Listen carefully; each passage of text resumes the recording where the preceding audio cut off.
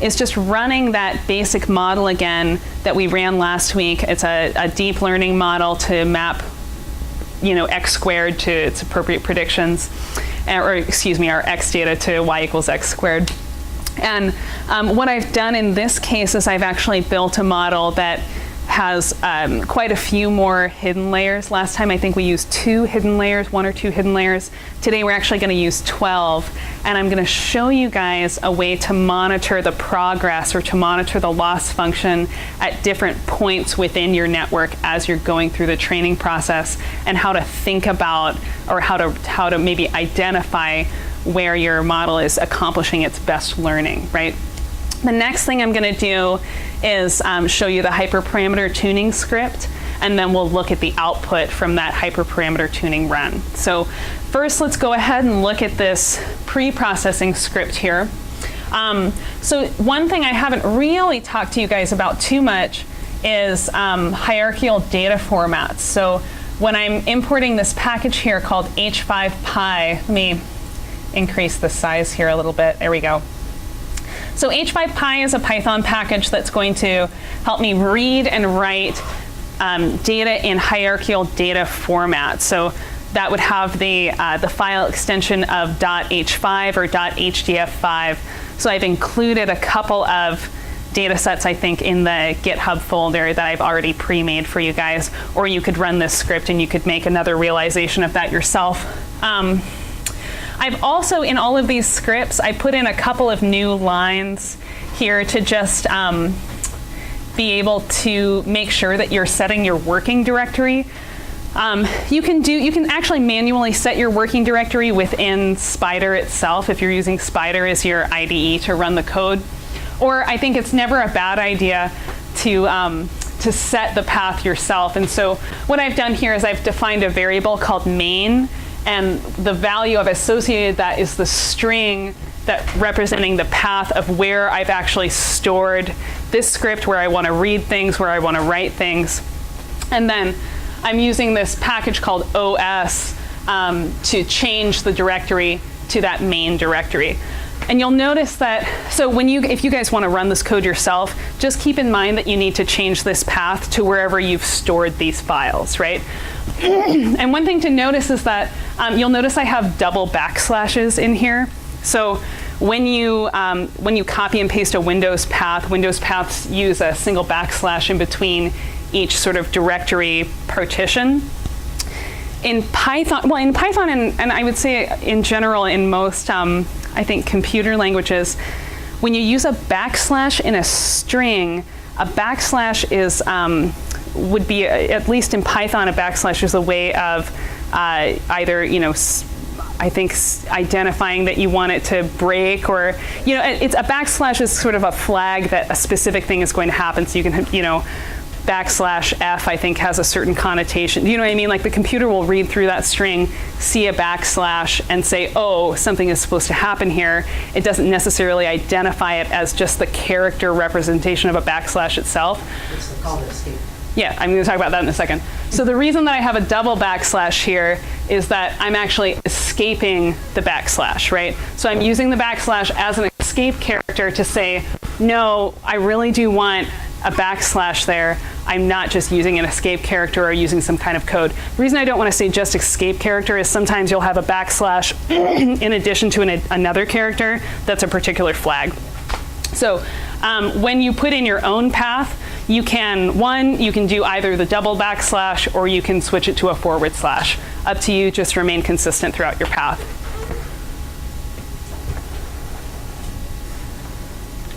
So this part here you guys have seen probably a number of times where I'm creating this data set. Obviously, in a real scenario, we would be reading in real data. I've then also created a plot of the non-normalized data. In this case, I didn't include those extreme outliers. I just included pretty much the same data set that we used last time, where I do have some extreme values that are a little bit more sparse close to the tails, but I didn't include those extreme values. We could always try to run another experiment, where we do that. But here again is that line where I'm normalizing the data using that L2 or Euclidean norm. I'm shuffling the samples and partitioning the data sets into training and testing data sets, pardon me. And then what I'm doing here is I'm actually writing the data sets into those hierarchical data formats. And so I have two different files. I have x.hdf5 and y.hdf5. And each of those files include two different data sets which have different dimensions. That's one of the reasons that these hierarchical data formats are really popular, is that I actually have two different arrays stored in this data set that have different shapes, right? They have a different number of samples or different number of rows. I could also store, I think, different objects, right? I could store different Python objects maybe. I haven't experimented with that too much. I'm just storing arrays. So, the nice thing here is that I have one file that holds all of my X data without having to read in separate files. That's the advantage there. And I could, of course, if I wanted to, I could have just had a hierarchical data file called data, right? And I could have stored all my X data in there and all my Y data in there. I don't know, I like to separate things a little bit so that when I return to a folder later, I see, oh, this is X data, this is Y data, without having to dig into it. That's just a little easier for me, but other people would probably argue. And then, so yeah. Do you separate them also because you're not regularizing or normalizing the Y data? No, that doesn't matter. This is just about storage. Yeah, this isn't about math. It's just about saving the data. So remember last week, I think with the demo that I did the pre-processing and the model building and training all within one script. And Debajit, I think you actually pointed this out, that you really should separate those two steps, right? Because if I'm reading in my raw data in the same script that I'm doing my training in, I've already clogged up a ton of memory with this raw data that I'm then going to pre-process so that I don't clog up my memory, right? So it's totally counterintuitive to do the pre-processing step in the same script where I'm doing my actual model training. So all I'm doing here is I'm pre-processing the data in a separate step, writing it to a file, and then when I move on to my training process, I'm going to read that data in again. So let's take a look at that. The first thing actually I want to show you guys, so this is the actual structure of the model that we're going to build in this next script. And I apologize that this is so small. You guys do have this PDF in your materials from GitHub, and I believe the file name is dlm_basic2_structure.pdf. So this is the model that I sort of arbitrarily chose to build without hyperparameter tuning, right? And there's some important parts here that I want to point out. So you'll notice I have my input is the very first layer up there, output is the very last layer, and then I have a number of hidden layers. I actually have 12 hidden layers in between, and that's just an arbitrary number I chose for demonstration. You'll also notice that unlike last week, I have some extra branches coming off at particular points in the network. And what I'm doing here is I'm calculating the loss at auxiliary locations, right? So instead of last week, all I did was I calculated the loss at the main output, or at my final layer. But now with this layer, with this model, what I'm actually going to do is I'm going to calculate the loss at 3 different locations. After the 4th layer, after the 8th layer, and then at my final layer after the 12th layer. The reason that I like to do that is so that I can get an idea of how my model, how do I put this? How well my model is learning as I move through the process. One of the things that I want you guys to think about when I show you some of the outputs is where was the most significant learning done, and where did learning speed up or slow down?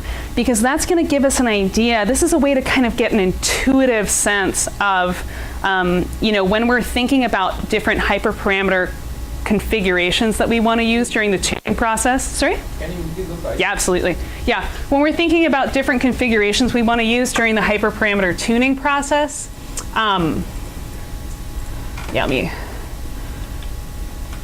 we'll get an idea of, maybe what they,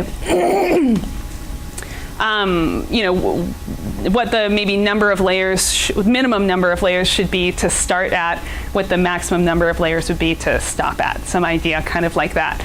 So here's just a zoomed in version of one of these sort of branch offs. So I've fed in data through 4 hidden layers here, and then I'm passing the output of this layer. So the output activations from layer 4 are being fed into hidden layer number 5 to then be processed throughout the network. But what I'm also doing, which does not affect this training process, is I'm taking those output activations and I'm saying, when I have an auxiliary output, what I'm really saying is, if my network were only this deep, if I only had 4 layers, what would my loss calculation look like, right? And then I progress through and I try that a little bit later in the network and I say, what would my loss look like if I only had 8 layers, right? And so what we're going to see is the difference in learning within that interval. Okay. Does anybody have questions? Okay, cool. Can you do a similar type thing with the number of nodes within each layer? Yeah. So that's another hyperparameter that you can tune. I'll show you in this exercise, just because honestly it made the programming a lot easier. I mean, maybe that's just lazy. I should have just done it, but I did just use the same number of nodes per layer. Just because that was easier for me. You could, of course, do different numbers of nodes. And often that's what people will do, right? So when we talk about the number of nodes, I think really the way to think about this, so if you look here, this picture sort of shows you the shape of each input and output. So for this example, I used a batch size of 5,000, so that means I'm feeding in 5,000 samples at a time. And the number of nodes is really specifying the number of features per batch or per sample that I'm feeding in.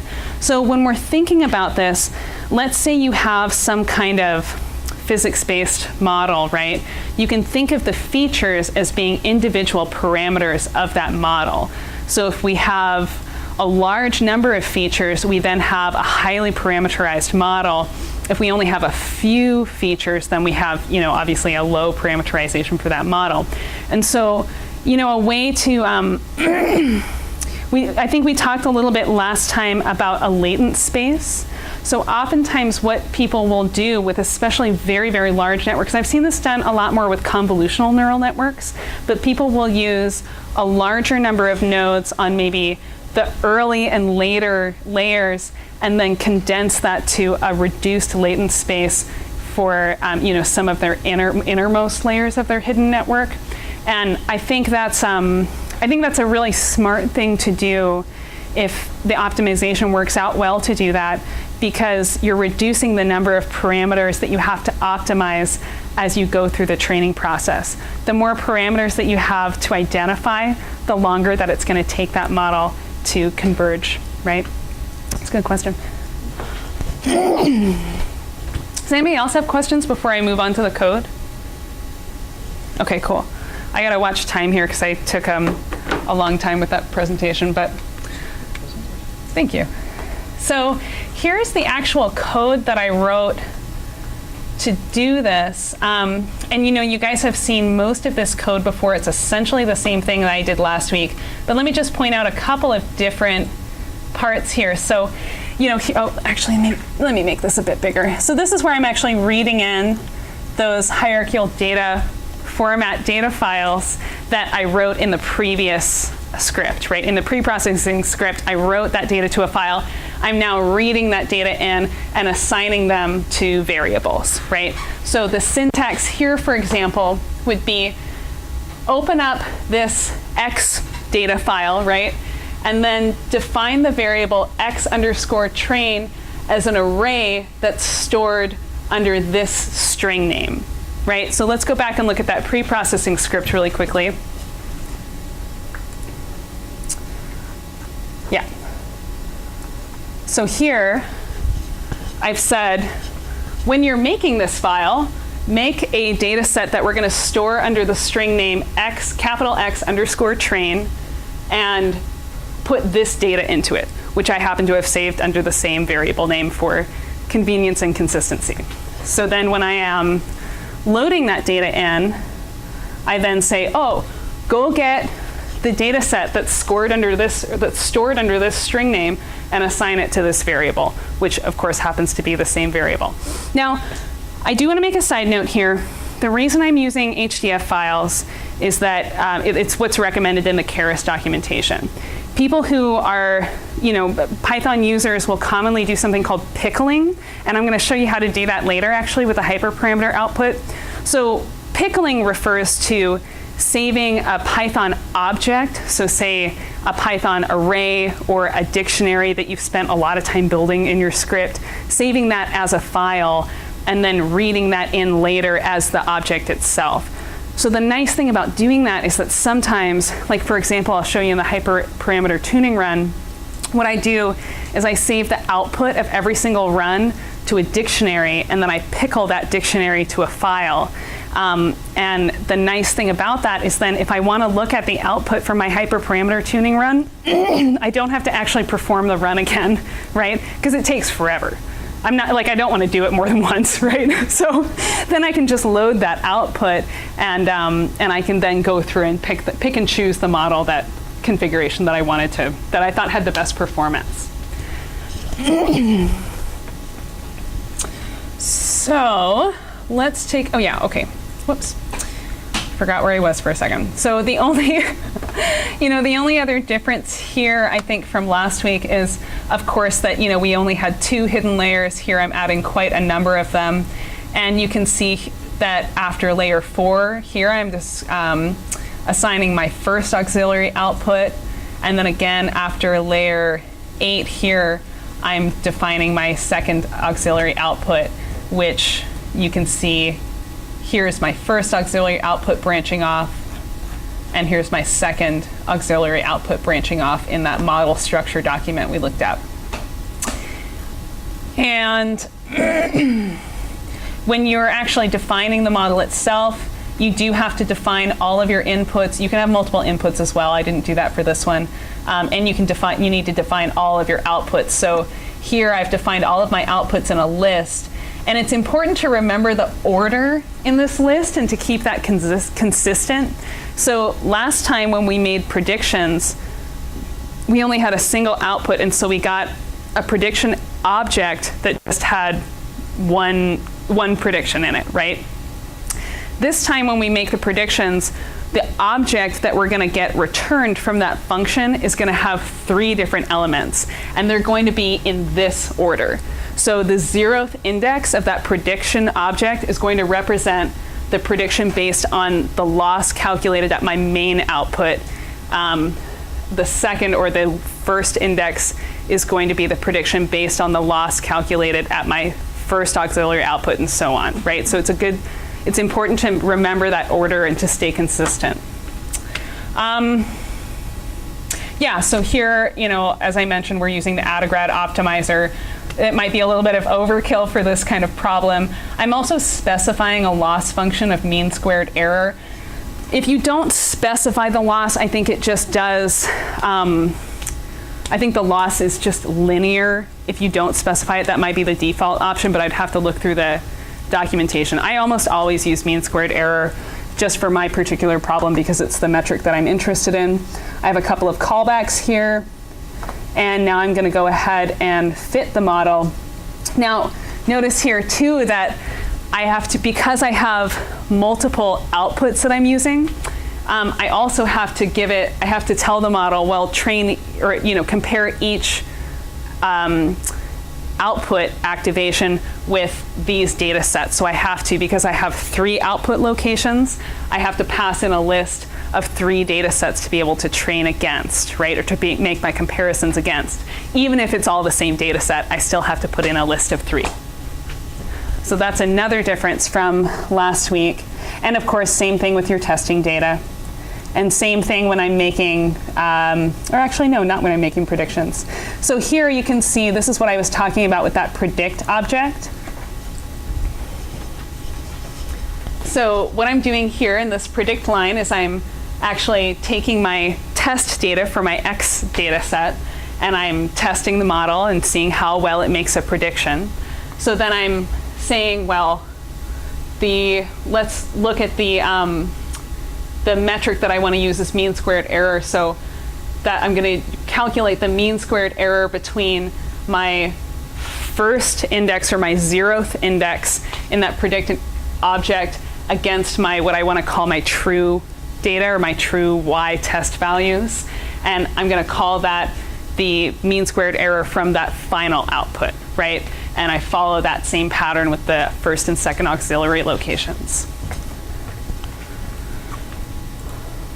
So I think actually what I want to do here, yeah, this is just a bunch of plotting code, so don't worry too much about that. One thing I will point out actually, so one thing I will point out just a little bit is that I wouldn't recommend going crazy with these auxiliary output locations because it does add a few parameters in, right, that your model then has to deal with during the backprop step. So here I'm only adding, 65 parameters per auxiliary output. That's maybe okay to do a couple times to monitor throughout your network, but I wouldn't go in adding auxiliary output after every hidden layer. I think that would be overkill. And in some cases, you may not need to do this at all, but I personally have found it to be a very useful tool. So let me show you guys. Let's get back into this here.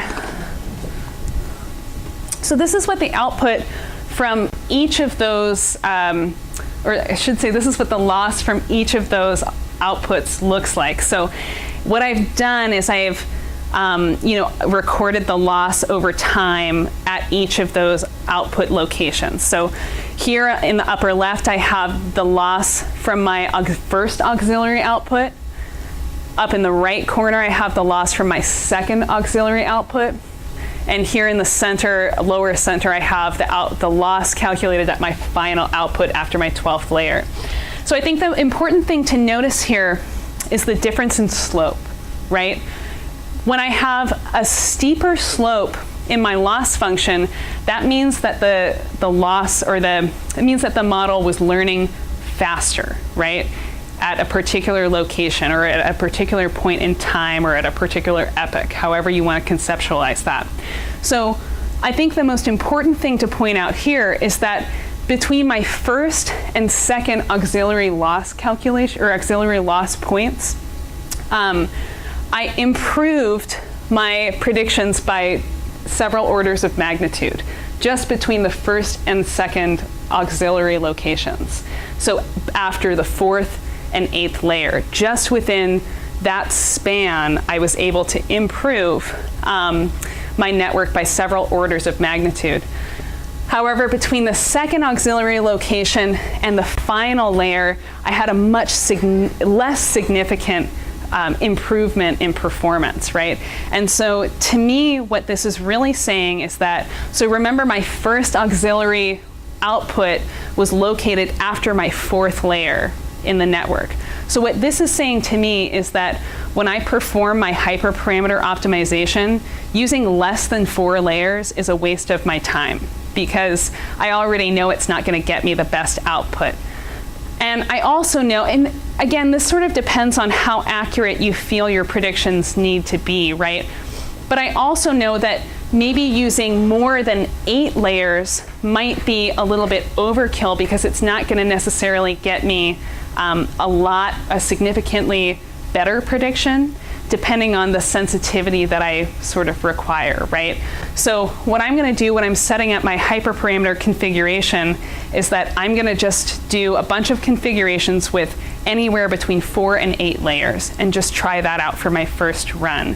So this is a way of sort of gaining that intuition that I was talking about of how to set up your configurations for hyperparameter tuning so that you're not wasting your time and you're not wasting your wonderful computing power on testing configurations that you as an investigator have already identified are unimportant, right? Or not advantageous. So yeah, okay. And then that's of course my final mean squared error. Yeah. Oh, and this is actually cool too. So then what I've done is I've actually plotted what the predictions look like from each of those output locations. So the orange triangles, that would be the output from my first auxiliary location. The yellow squares would be the output or the predictions from my second auxiliary output location, and then these sort of teal stars would be the output from my final layer, right? So what you can see is that this first auxiliary location, my predictions aren't really matching up very well at the tails of my function. They're actually sort of under predicting in all senses. And so, but between the second auxiliary predictions and the main predictions, those are really, really close. So in this case, I use that as another justification for using between 4 and 8 layers during my hyperparameter tuning process. Does anybody have questions about that? Yeah. Thank you. I think that it's really, really important to actually plot, right? To plot the predictions and see what they look like. Because sometimes what you'll know, and I wish I'd saved some of these images, but when I was going through the hyperparameter tuning run, and I can actually start it up again just so you guys can see this, but when I was going through the hyperparameter tuning run, what I noticed is that, you know, some of the realizations would not really plot along this parabola at all, but, you know, they would plot just kind of a straight line. And what that shows me is that the model didn't train for long enough, right? That within the span of time that I allowed it to train, it really wasn't able to come up with any kind of a mapping. And so it kind of just chose one pathway and said, this value for everybody, right? Which I know not to be true. And so, you know, yes, maybe if I had trained those particular configurations longer, they might have given me a really good performance metric, but how long am I willing to wait, right? So I automatically discounted those. Yeah, okay, so. Wait, Kathy? Yep. You automatically discounted what about that? That I did not consider those as options for setting my hyperparameters.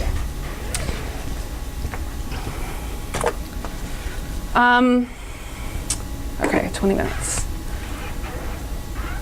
So this is the code that I wrote to perform that hyperparameter tuning run.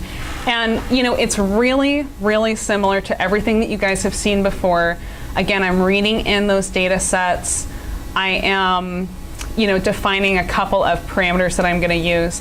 And then the only difference here really is that I've written a large block of this code as a function.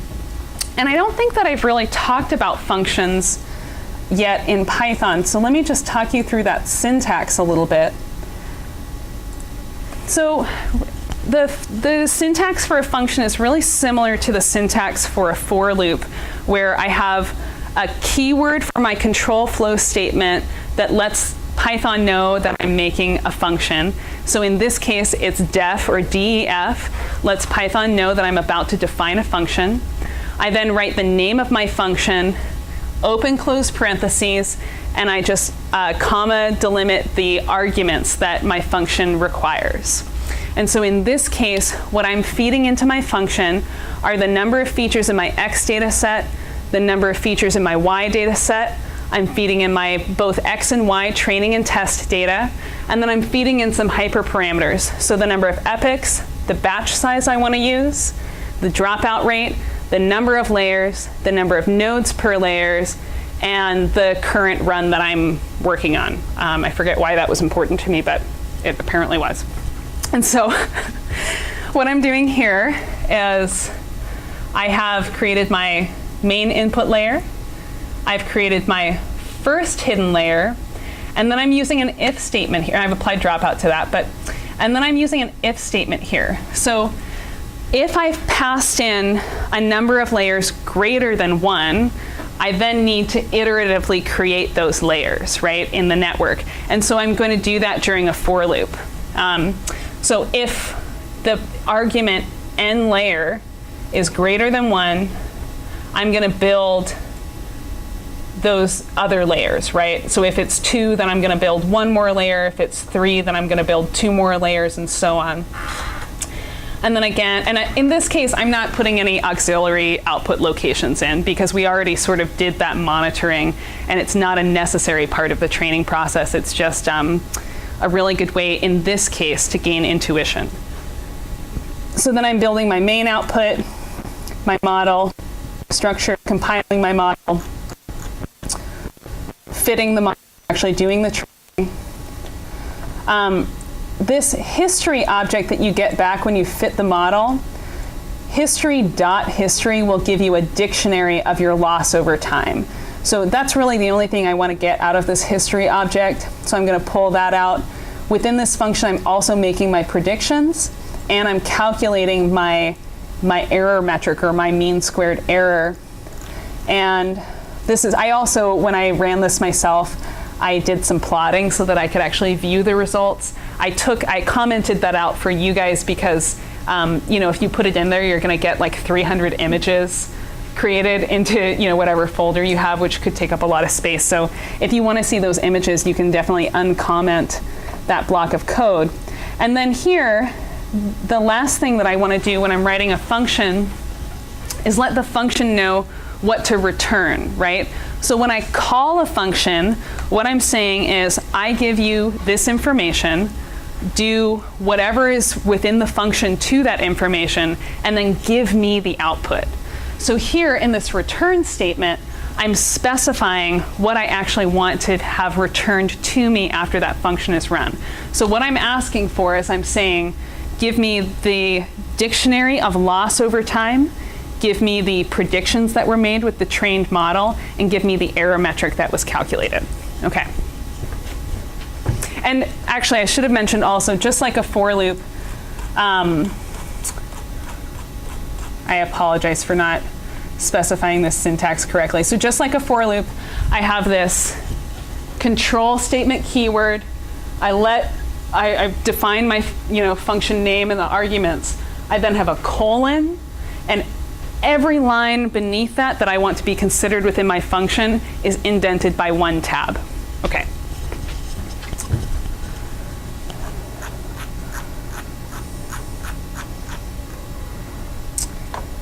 Great. And so now what I'm going to do here is I'm actually going to call that function. So let me actually, I'm going to pull up, here we go. So this is the text file that is being read in by, I think I'm reading it in using pandas, although I probably could have just used NumPy for this. But these are the different hyperparameter configurations that I decided to try, right? So I'm trying between, I think, 500 and 10,000 samples per batch for my batch size. I'm trying between 0.1 and 0.5 for my dropout rate. 0.5 would be more appropriate for much larger data sets. If you have a large volume of data, you can afford to use a larger dropout rate, but we're just going to test it out and see what we get out of it, right? So then the other thing I'm feeding in is the number of layers. So again, I fed in between 4 and 8 layers, right? So actually in this case, 5, 6, 7, and 8 layers, because I really don't want to use fewer than that. And then the number of nodes per layer. Earlier, I just arbitrarily used